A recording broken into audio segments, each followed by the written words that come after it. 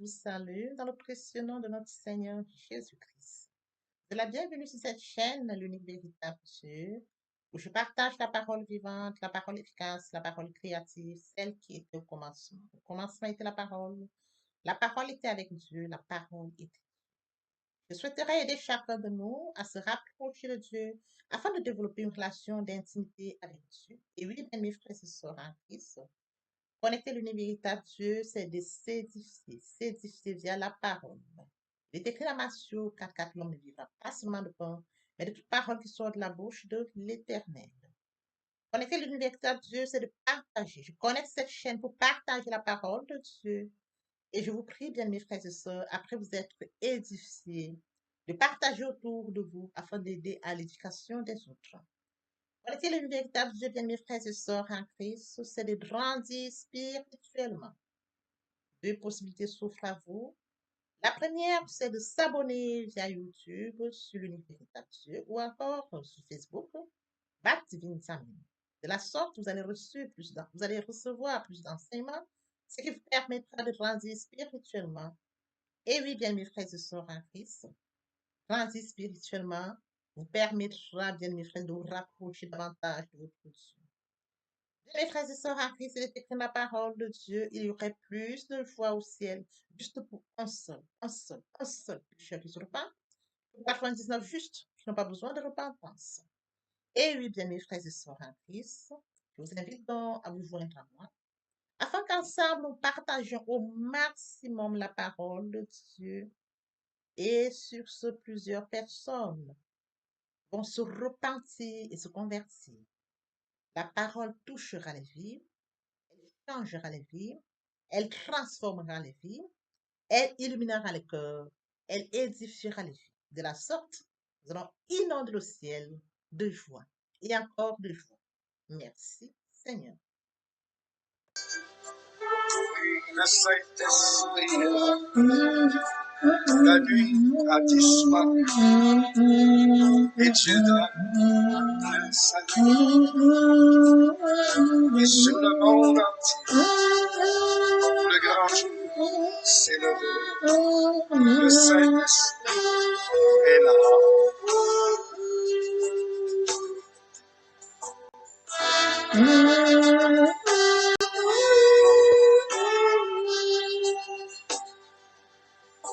Que tous les rachetés chantent la liberté, Christ a tout accompli, il a donné l'esprit, a fait trembler l'enfer, car dans tout l'univers, le Saint-Esprit est là.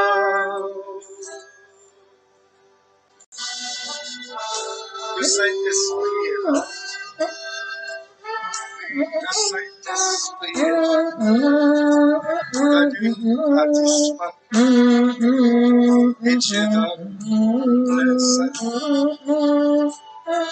Et sur le monde entier, le grand jour s'est levé. Le Saint-Esprit est là.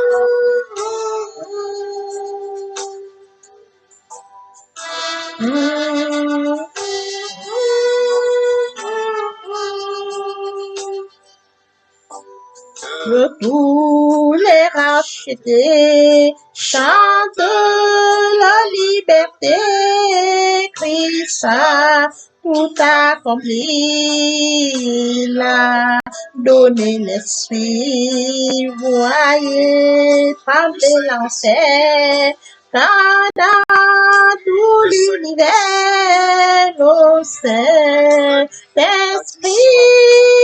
est là, le Saint-Esprit est là, le Saint-Esprit est là, la nuit a disparu, le Saint-Esprit est là.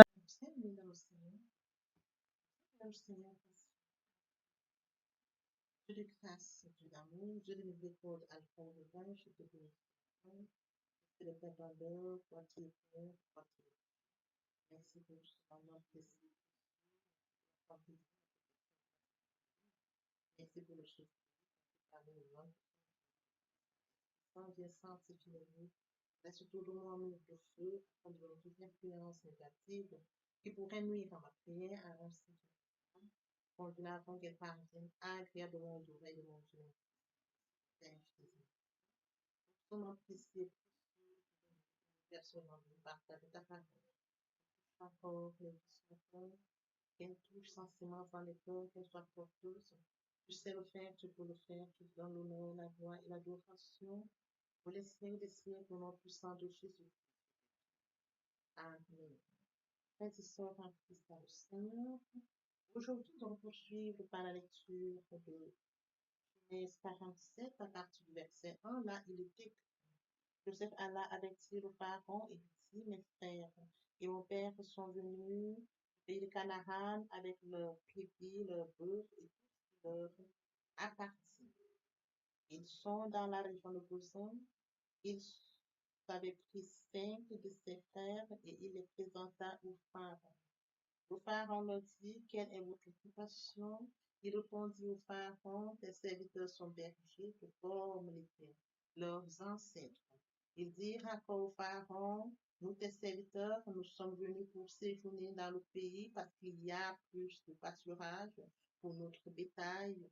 En effet, la famine pèse lourdement sur le pays de Canaan.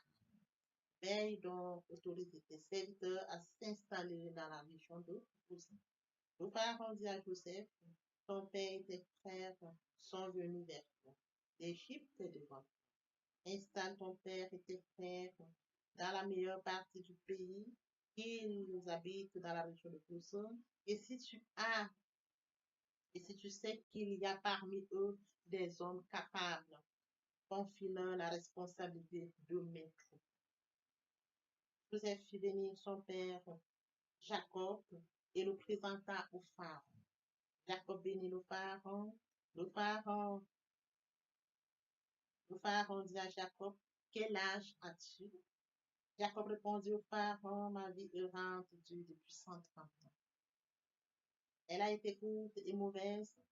Elle n'a pas atteint la durée de vie errante de mes ancêtres. Jacob bénit encore Pharaon et se retira de devant lui. Pharaon installa son père et ses frères. Il leur donna une propriété en Égypte, dans la meilleure partie du pays, dans la région de Ramsès, conformément aux ordres du Pharaon. Joseph fournit du pain à son père et à ses frères, ainsi qu'à toute la famille de son père, en tenant compte du nombre d'enfants. Frères et sœurs en Christ, aujourd'hui nous allons poursuivre notre enseignement intitulé Qui es-tu, qui suis-je, qui sommes-nous? Le point qui captive notre attention ce matin, la rencontre avec Pharaon. Oui, frères et sœurs en Christ, permettez-moi d'aborder un point très important: de mourir en soi et de naître en Christ via la repentance et la conversion. Nous étions d'un homme loin du Père, loin de la source, loin de notre premier amour. Par la grâce de Dieu, nous sommes repentis et convertis. Qu'en est-il de notre prochain est une créature merveilleuse, admirable, unique, faite à l'image et à la ressemblance de Dieu. Notre prochain, frères et sœurs en Christ, est loin du Père, loin de la source, loin de son premier amour. Je vous prie de vous joindre à moi, nous partageons la parole s'atteindra, et ils reviendront au Père après s'être édifiés, et de la sorte, frères et sœurs, nous allons inonder le ciel de joie et encore de joie. Je consacre la deuxième partie de mon enseignement à cela, où j'apporte détail pour ce qui est de la repentance et la conversion, et je fais suite à la prière. La troisième partie fait suite à la deuxième, les questions de la nouvelle vie. Les choses anciennes sont passées, voici toutes choses sont devenues nouvelles. Frères et sœurs en Christ, commençons avec la parole est avec Dieu, la parole est Dieu. Revenons à notre enseignement de ce jour, qui est tu, qui suis. Le point qui captive notre attention ce matin, la rencontre de la famille de Joseph avec vos parents. Oui, frères et sœurs en Christ, ils sont déjà là, ils sont allés dans le monde. Alors, Joseph va présenter sa famille à Pharaon. Il prendra 5 de ses frères qui lui viennent présenter à Pharaon. L'occasion à Pharaon de leur poser la question: Qu'est-ce que vous faites dans la vie? Frères et sœurs en Christ, il avait pris 5 de ses frères, il les présenta. Le Pharaon dit: Quelle est votre occupation? Bonne question. Je sais qu'ils ont déjà préparé à l'avance que cette question viendra, et lorsque la question viendra, il faudrait qu'ils disent, qu'ils répondent qu'ils étaient chargés de garder l'hôpital, dont leur passion, frères et sœurs en Christ, était plus centrée sur le bétail. Ils répondirent que tes serviteurs sont bergers tout comme l'étaient leurs ancêtres, dont de génération en génération, ils étaient bergers. Dire encore par an, nous tes serviteurs, nous sommes venus pour séjourner dans le pays parce qu'il n'y a plus de pâturage pour notre bétail. En effet, la famine pèse lourdement sur le pays de Canaan. Veille donc autoriser tes serviteurs à s'installer dans la région de Goshen. Frères et sœurs en Christ, nous ignorons même que Pharaon avait déjà demandé à Joseph de préparer un terrain pour ses frères, son père, de préparer un lieu pour eux, un lieu. Et justement, il poursuivra dans la même lancée. Pharaon dit à Joseph, ton père et tes frères sont venus vers toi. L'Égypte est devant toi. L'Égypte est devant toi, installe ton père et tes frères dans la meilleure partie du pays. Ils habitent dans la région de Goshen, et si tu sais qu'il y a parmi eux des hommes capables, confie-leur la responsabilité de mes il va le, il va confirmer qu'on les installe à Goshen, et que par ailleurs, si parmi ses frères, il y a des hommes capables de ces troupeaux de Pharaon. Donc, Pharaon va non seulement permettre à Joseph de prendre la deuxième position et de permettre bien évidemment à ses frères de pouvoir travailler s'ils sont capables, s'ils jugent qu'ils sont capables de s'occuper de cette femme.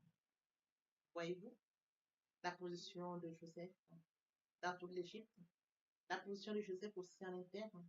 Il peut bien évidemment utiliser ses frères, c'est-à-dire qu'il peut permettre en sorte que ses frères puissent travailler. Ils sont capables que ses frères puissent prendre la responsabilité de l'amour.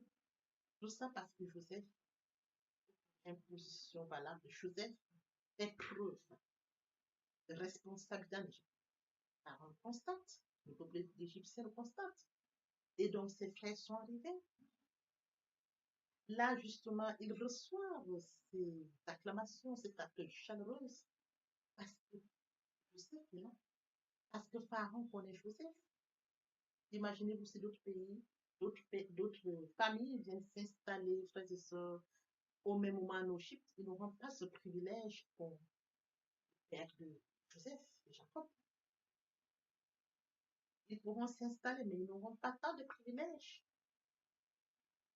La famille de Jacob. Jacob est accueilli par qui? Son fils.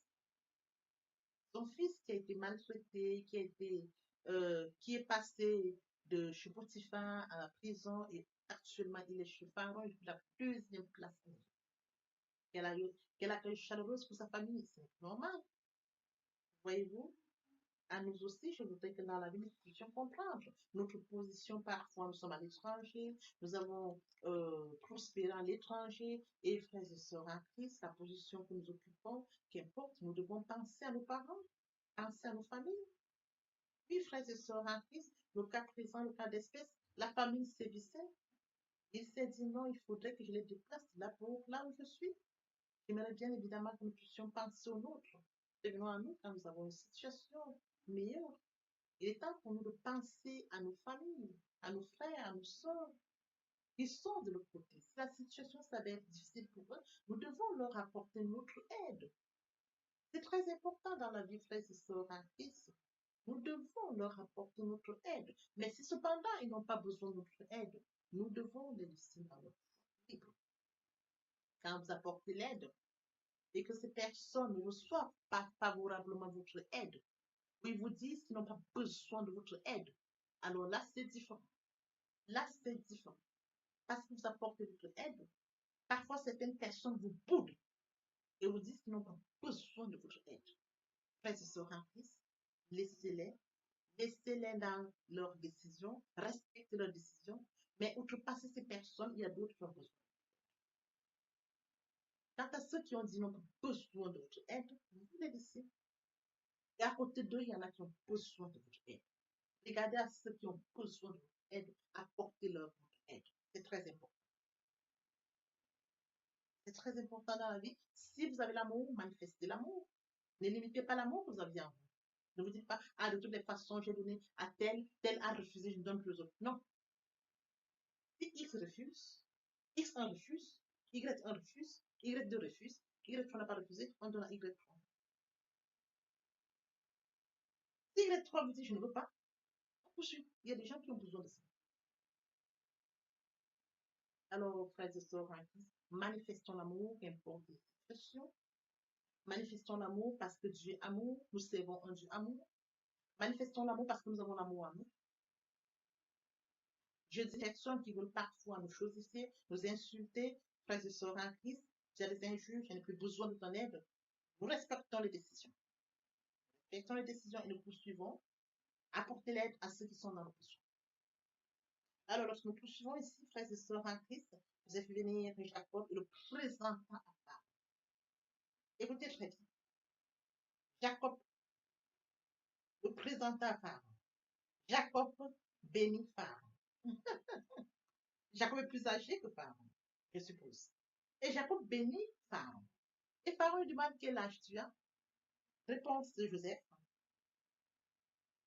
Ma vie errante dure depuis 130 ans.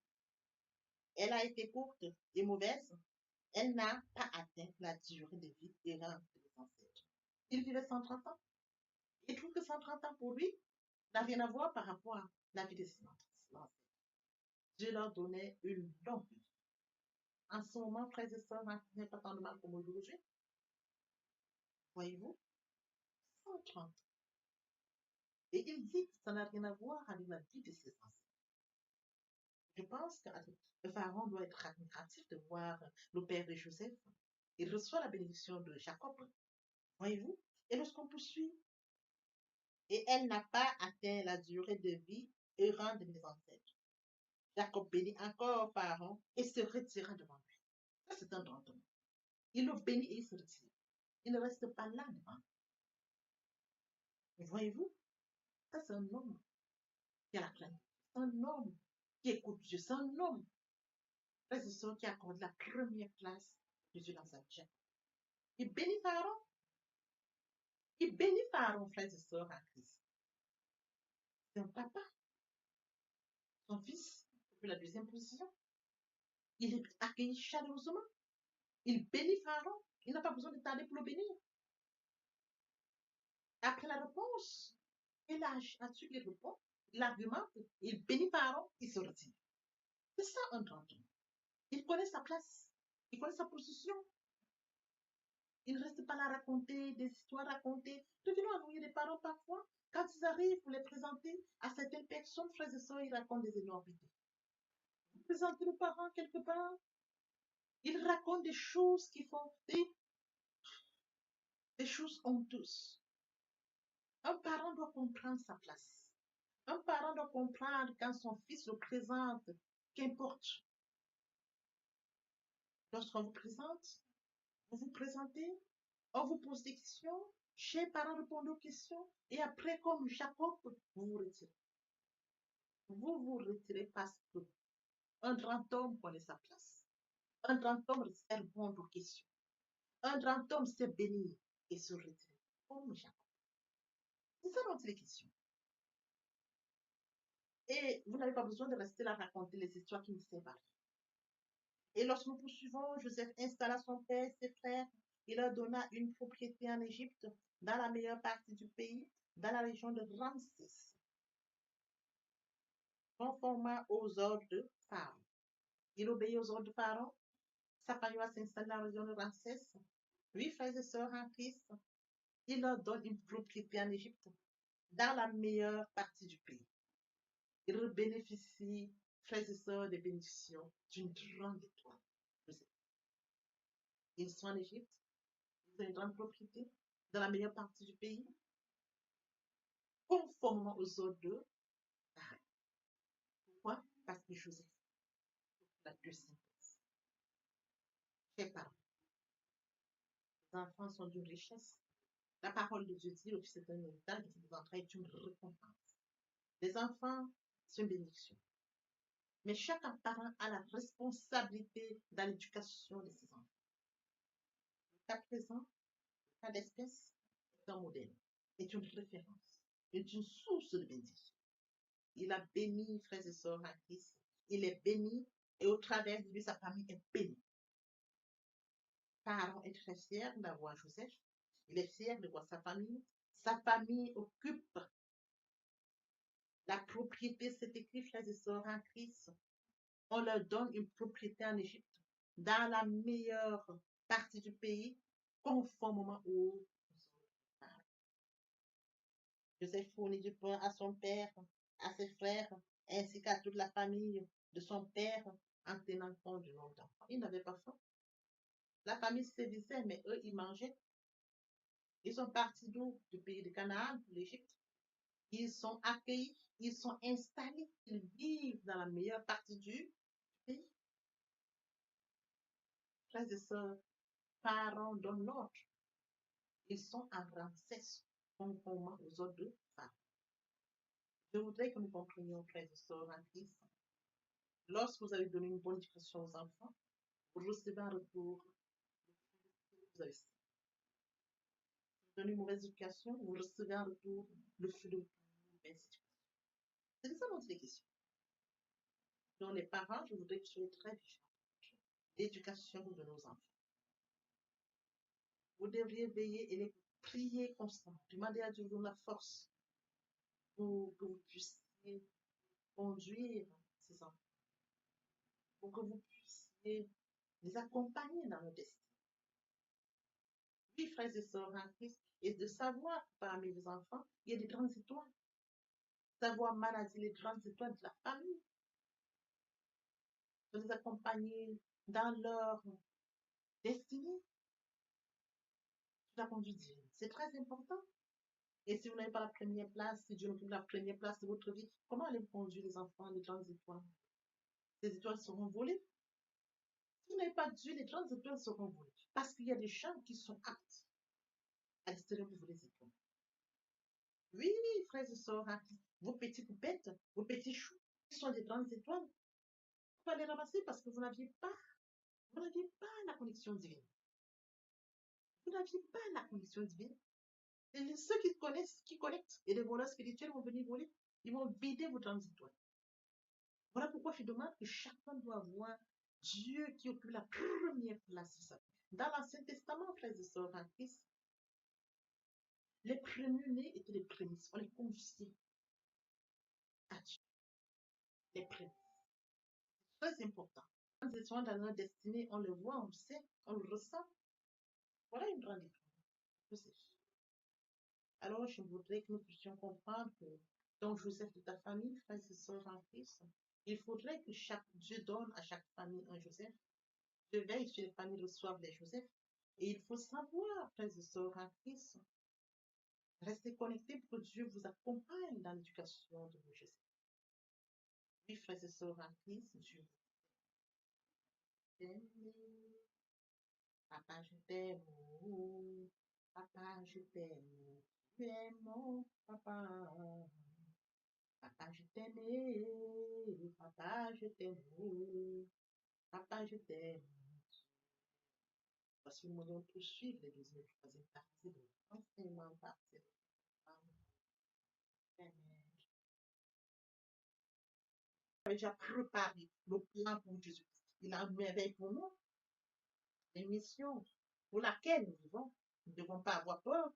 Nous devons rester fidèles, connectés à Dieu et non être distraits. Alors que cet enseignement nous serve, nos frères et sœurs en Christ, et que nous puissions, oh Dieu, continuer à rester fidèles à lui et à lui seul. Il est écrit, Dieu n'est pas un homme mentir, nous sommes pour se repentir. Ce qu'il a dit, ne le fera-t-il pas? Ce qu'il a déclaré, ne le déclarera-t-il pas? Papa, je t'aime. Papa, je t'aime. Oh, papa, je t'aime. Tu es mon papa. Papa, je t'aime. Papa, je t'aime. Papa, je t'aime. Voici, nous allons poursuivre les deuxième et troisième parties de notre enseignement. Partie riche importante pour comprendre cette première de notre édification. Nous préparons l'oreille pour la suite. Merci. Oui, bien, mes frères et sœurs en Christ, dans le Seigneur, je vous ai bien évidemment que nous comprenions que il est très important de vivre proche de Dieu. Pour nous qui étions loin de Dieu, qui étions éloignés de Dieu, qui avions une vie qui nous convenait, mais qui n'honorait pas notre Dieu. Bien, mes frères et sœurs, il est temps de réaliser que le moment est venu pour nous de nous rapprocher vers le Créateur, de nous rapprocher vers le Dieu qui nous a créé à son image et à sa ressemblance, de venir au Père, de revenir à la source. Bien, mes frères et sœurs, en Christ, il est très difficile de vivre loin de sa destinée. Voyez-vous, permettez-moi de dire, ils sont à côté de la mer. Nous avons des briques, ils sont à côté de la mer. Nous avons toute espèce qui vit à côté de la mer qu'il a mise au monde. Comment pouvons-nous vivre loin de notre Dieu? Nous sommes loin de Dieu, nous n'avons pas conscience de notre destinée, qui est celle que Dieu a préparée pour nous.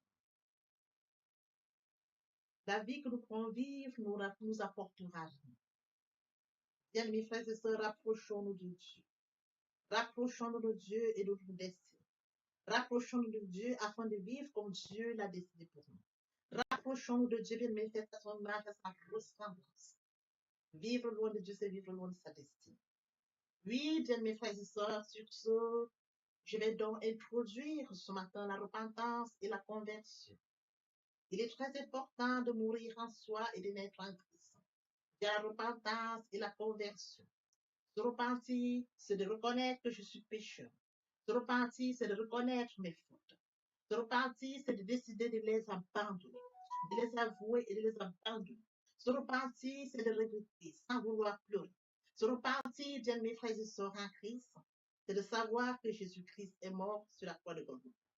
Oui, bien mes Dieu a tant aimé le monde qu'il a donné son Fils unique, afin que quiconque croise en lui ne périsse point, mais qu'il ait la vie éternelle. Bien mes frères et sœurs en Christ, si nos péchés sont comme le cramoisi, ils deviendront blancs comme la neige. S'ils sont comme la pourpre, ils deviendront comme la laine. Telle est la parole de Dieu. Si nous confessons le péché, il est fidèle. Il est fidèle pour nous les pardonner et pour nous purifier de toute iniquité. Quel amour, bien mes frères et sœurs. Nous servons un Dieu fidèle. Dieu n'est pas notre menti, ni le Fils de l'homme pour se repentir. Ce qu'il a dit, ne le fera-t-il pas? Ce qu'il a déclaré, ne l'exécutera-t-il pas? Bien, mes frères, il est très important de passer à la repentance. Et la conviction, c'est le fait de déplacer le centre de gravité de ma vie. Avant, j'avais une vie qui n'honorait pas Dieu. Je menais une vie qui me convenait, qui m'honorait. Bien, mes frères et sœurs, qui suis-je pour m'honorer? Je dois honorer le Dieu qui m'a créé. Raison pour laquelle, dans l'humilité, je dois rentrer dans la nouvelle vie. Les choses anciennes sont passées. Voici la nouvelle vie commence. Je dois rentrer dans la nouvelle vie. C'est très important, bien mes frères et sœurs. Lorsque les cœurs se convertissent, le voile est ôté. Or, le Seigneur, c'est l'Esprit. Là où est l'Esprit du Seigneur, là est la liberté. Vous entrez dans la liberté. Oui, bien mes frères et sœurs, c'est très important de le comprendre. Vous entrez dans la nouvelle vie. L'Esprit Saint prendra le contrôle de cette nouvelle vie. Bien mes frères et sœurs, pour toutes les personnes qui ne se sont pas encore engagées à suivre le Seigneur, pour ceux qui se sont engagés et qui auraient abandonné pour quelque raison que ce soit, le moment est venu pour nous de rentrer en prière via cette chanson. Je m'approche de toi, Seigneur Jésus, je m'approche de toi, source de vie, source de vie, source de vie. Mon sauveur bénis-moi, source de vie, source de vie, source de vie, mon sauveur bénis. Répétez après moi la prière. Seigneur Jésus, je sais que tu es mort pour moi et le troisième jour tu es ressuscité. Je m'engage dès ce jour de t'accepter comme Seigneur et Sauveur. Merci Seigneur Jésus pour l'œuvre de la croix. Merci pour le salut. Merci pour l'amour que tu m'apportes. Amen. Tendre Père Céleste, merci pour les âmes précieuses. Merci pour leur engagement de ce matin. Père, je te prie de veiller sur eux, afin qu'ils restent attachés à toi et à toi seul, l'unique véritable. L'honneur, la gloire et l'adoration te reviennent pour les siècles des siècles, au nom puissant de Jésus-Christ. Amen. Et bien, mes frères et sœurs en Christ, dans le Seigneur, Après la repentance et la conversion, il est très important d'adopter la nouvelle vie, de mettre en pratique la nouvelle vie. La nouvelle vie constituera en quoi? À la méditation de la parole. Parce que la parole est créative, comme je l'ai dit aux enseignements précédents. Au commencement était la parole était Dieu, et avec Dieu, la parole était Dieu. C'est de cette parole dont il est question. La parole est créative, elle est dominante, elle est efficace, elle est productive. C'est de cette parole dont il est question. Il est question de méditer la parole. Il est question de suivre certaines étapes de mes frères et sœurs en Christ. Je lis la parole, il est question de lire la parole. Premièrement, bien mes frères et sœurs en Christ, c'est de rentrer en prière. Confier ce moment à Dieu où je vais en méditation, invoquer le Saint-Esprit afin qu'il prenne contrôle durant la méditation et suivre donc la lecture du verset biblique ou du passage qui nous servira d'appui pendant la méditation. Méditer la parole, c'est la mûrir, c'est aller en réflexion profonde. Méditer la parole, bien mes frères et sœurs, pendant ce moment, je reçois des révélations via le Saint-Esprit.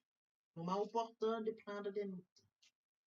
Je note toutes ces révélations qui seront utiles, bien mes frères et sœurs, en Christ dans le Seigneur. Il faut bien évidemment recevoir la parole. Quand on médite, il faut la recevoir. Je reçois la parole en actant la foi. La foi est une ferme assurance des choses qu'on espère, une démonstration de celles qu'on ne voit pas. La foi vient de ce qu'on entend vient de la parole de Dieu. Arrêtez la foi agissante. Il faut bien évidemment obéir à la parole. L'obéissance vaut mieux que le sacrifice. Abraham a acté la foi. Abraham a obéi. Donne-moi ton fils, ton unique fils, qui s'est levé. Le Seigneur m'a donné un fils. Le Seigneur me demande de lui donner mon fils. Je vais lui donner mon fils. Abraham n'a pas hésité. Bien, mes frères et sœurs, qu'il est difficile, à bon nombre d'entre nous, dans le cas d'Abraham, quand on leur demande seulement leur fils unique pour rendre service à un certain X ou Y, il leur est difficile. Abraham s'est levé avec son fils unique. Il est parti comme le Seigneur le lui avait dit. Et sur les lieux, le Seigneur lui a présenté un animal qu'il devait prendre à la place de son fils. Acter la foi, perdre la foi, Abraham. Oui, bien mes frères et sœurs en Christ, nous devons mettre en pratique la parole. La parole que nous avons lue. Nous l'avions méditée. Nous mangeons la parole, nous buvons la parole. Nous actons la foi. Nous obéissons à la parole. La parole sans sémence, elle est porteuse. C'est dans le moment où il faudra mettre en pratique la parole. Oui, bien mes frères et sœurs en Christ, en louange la parole, en adoration la parole, en jeûne et prière la parole. Déclarer la parole au moins opportun. Là, c'est très important. Qu'est-ce que je déclare? Il est question de cerner la situation à laquelle je fais face. Est-ce une situation de maladie? Très bien. Et quels sont les versets bibliques qui me permettront de rentrer en prière? C'est de ça dont il est question. Quand je lis la parole, je prends connaissance des versets bibliques. Je les lis, je comprends, je note. Je note au fur et à mesure. Je note. Je vous apprendrai ça au fur et à mesure de mon enseignement. Pour que vous puissiez prendre connaissance des versets bibliques et comment est-ce qu'on pourra les noter par catégorie, les classifier pour mieux comprendre. Je les note et je m'en sers au moment opportun. La situation à laquelle je fais face, quel est le verset biblique? D'où l'utilité de la méditation, la parole de Dieu. La parole depuis le commencement. Frères et sœurs, lorsque vous voulez bénir quelqu'un, vos parents vous bénissent via la parole. Toute chose, vous déclarez une parole. Dans de déclarer la parole face à une situation, la parole vivante, la parole efficace, la parole productive, la parole qui est au commencement, la parole qui est Dieu, je la déclare avec foi. Je la déclare. Et la parole est porteuse. Il est écrit, ma parole ne retourne point à moi, sans avoir exécuté ma volonté et accompli mes désirs. La parole. C'est cette parole qui va s'exécuter. Parce que Dieu est ça, et ça part depuis le commencement. Oui, bien mes frères et sœurs en Christ, voici comment est-ce que nous allons commencer cette nouvelle vie. Nous allons laisser l'ancienne vie, nous rentrons dans une nouvelle vie. Je voudrais que nous comprenions étape par étape comme un enfant qui fait ses pas. Il vient de naître, il vient dans un nouveau monde. On lui donne d'abord le lait. Au fur et à mesure dans son évolution, on lui donne ce dont il a besoin. Il grandit tout doucement. Telle est la situation à laquelle je voudrais que, bien mes frères et sœurs en Christ, vous vous adaptiez comme un enfant, de manière progressive, pour comprendre comment on évolue dans la foi, comment on grandit via la parole de Dieu. Oui, bien mes frères et sœurs en Christ, aimer Dieu, c'est d'accorder la priorité au royaume. Aimer Dieu, c'est de lire sa parole, méditer sa parole, mettre sa parole en pratique. Aimer Dieu, c'est de partager la parole. Aimer Dieu, bien mes frères et sœurs en Christ, c'est de partager autour de soi encore plus. Aimer Dieu, c'est de tendre l'oreille aux besoins de mon prochain. C'est d'assister mon prochain si besoin est. Aimer Dieu, c'est de participer à l'édification, de courir après les âmes. Aimer Dieu, bien mes frères et sœurs en Christ. Pour mentionner la parole de Dieu, il y aurait plus de choses au ciel, juste pour un seul péché. C'est d'exposer le ciel. D'amener plusieurs à la repentance, à la conversion, via le partage de la parole. Ils viendront par curiosité, bien mes frères et sœurs. Lorsque nous allons manifester l'amour de Dieu de la sorte, ils verront cet amour. Ils seront surpris de notre amour. Mais qu'est-ce qu'ils ont? Qu'est-ce qui les touche? Dans cette curiosité, ils viendront comprendre pourquoi, comment nous manifestons l'amour naturel, l'amour qui vient de Dieu. Et alors, bien mes frères et sœurs, nous leur dirons, il est mort sur le Golgotha pour toi et pour moi. Cet amour, nous l'avions. Et toi aussi, tu peux l'avoir via la repentance et la conversion. Nous amenons les âmes à la repentance, à la conversion. Nous participons à l'éducation, à la repentance. Nous allons courir pour amener les âmes au Père. Oui, bien mes frères et sœurs en Christ. De la sorte, nous allons amener. Ils viendront, ils se joindront à nous. Voyez-vous, nous allons former encore plus, et que tous ensemble, nous serons encore plus efficaces pour recourir derrière d'autres. Tel est le travail que nous avons. C'est de courir après les amener, et qu'ils restent, qu'ils se joignent à nous, et qu'ensemble nous allions encore à la conquête d'autres. C'est de ça qu'il est question, bien mes frères. C'est un travail. Je me dois de le faire. Tu te dois de le faire, que chacun y mette du sien. Exploser le ciel, comme mentionné dans la parole, il y aurait plus de choses. Dans l'espoir que cet enseignement était enrichissant, je vous prie de le partager au maximum pour participer à l'édification des autres. L'herbe sèche, la fleur tombe, mais la parole de Dieu demeure éternellement. Et l'Éternel Dieu vous bénisse, ainsi vos familles respectives. À très bientôt. Amen. Bien, mes frères et sœurs en Christ, et mon Dieu, et mon Dieu, et mon Dieu, aimer Dieu, c'est d'accorder la priorité au royaume. Aimer Dieu, c'est de reconnaître que Christ est mort sur le Golgotha pour toi et pour moi. Aimer Dieu, c'est d'accepter l'œuvre de la croix. Aimer Dieu, c'est d'accepter de mourir en soi et de naître en Christ, de la repentance et la conversion. Aimer Dieu, bien mes frères et sœurs, c'est tendre l'oreille à l'écoute pour mon prochain. Aimer Dieu, bien mes frères et sœurs, c'est de partager la parole. Partager afin qu'elle puisse toucher le maximum de personnes aux extrémités de la terre. Aimer Dieu, c'est de permettre à ce que ceux-là qui sont loin de Dieu reçoivent la parole et viennent à la repentance et la conversion. Aimer Dieu, bien mes frères et sœurs, c'est de participer à l'édification du ciel, car il est écrit, il y aurait plus d'eau au ciel, juste pour un seul pécheur qui se repent, que pour 99 justes qui n'ont pas besoin de repentance. Oui, bien mes frères et sœurs, en Christ de la sorte, nous manifestons l'amour de Dieu. Qui pourrait me séparer de l'amour de Dieu? Serait-ce la tribulation, ou l'angoisse, la persécution, ou la faim, ou la nudité, ou l'épée, ou le péril? Rien de cela ne pourrait nous séparer de l'amour de Dieu.